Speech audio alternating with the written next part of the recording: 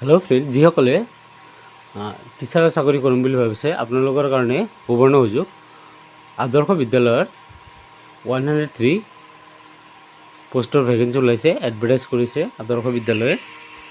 এইটো চাওক, last date দিয়া নাই। প্ৰিন্সিপালৰ কাৰণে 7টা পোষ্ট। মাষ্টাৰ ডিগ্ৰী লাগিব, ছায়েন্স বা আৰ্টছ, কমাৰ্চ যিকোনো এটা ষ্ট্ৰীমত হ'লেই হ'ব।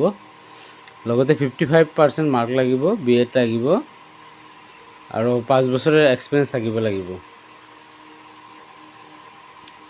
আৰু এইটো চাওক, পোষ্ট গ্ৰেজুৱেট টিচাৰ 15টা আছে, কোৱালিফিকেশ্যন লাগিব। যিটো পোষ্ট গ্ৰেজুৱেট টিচাৰ আৰ্টছৰ কাৰণে ডিগ্ৰী লাগিব, 55% থাকিব লাগিব। লগতে পোষ্ট গ্ৰেজুৱেশ্যন কৰিব লাগিব, পোষ্ট গ্ৰেজুৱেশ্যন কৰা থাকিব লাগিব আৰু BEdটো লাগিবই। Post graduate teachers post graduate degree লাগিব, লগতে ছায়েন্স লাগিব আৰু BEd লাগিব, 55% লাগে। গ্ৰেজুৱেট টিচাৰৰ 51 পোষ্ট আছে আৰ্টছৰ কাৰণে। গ্ৰেজুৱেট হ'ব লাগিব, লগতে মেজৰ বা অনাৰ্ছ থাকিব লাগিব আৰ্টছত, BEd থাকিব লাগিব। গ্ৰেজুৱেট টিচাৰ ফৰ ছায়েন্সৰ কাৰণে 55% লাগিব, মেজৰ নহ'লে অনাৰ্ছ থাকিব লাগিব আৰু BEd থাকিব লাগিব।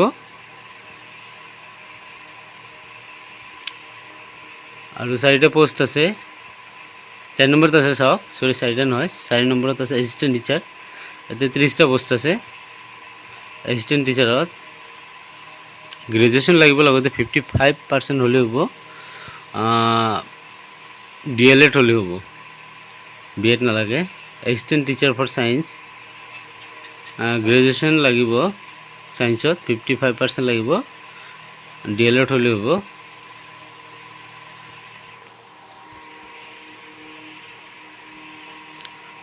আৰু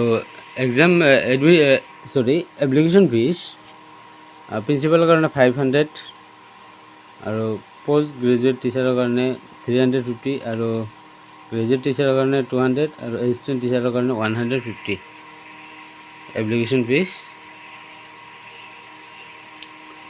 3 আগষ্টৰ পৰা আৰম্ভ হ'ব। লাষ্ট ডেট এতিয়ালৈকে মেনশ্যন কৰা নাই।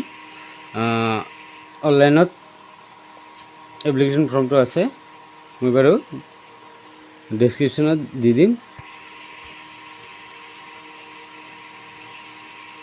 এইটো চাওক, ইয়াতে লগ ইন কৰি আপোনালোকে প্ৰথমত ৰেজিষ্ট্ৰেশ্যন কৰিব লাগিব, তাৰপিছত আপোনালোকে লগ ইন কৰি সকলোখিনি কৰিব লাগিব। মই ডেছক্ৰিপশ্যনত এইটো দি দিম, আপোনালোকে তাত পৰা কৰি ল'ব পাৰিব। থেংক ইউ ফৰ ৱাচিং মাই চেনেল।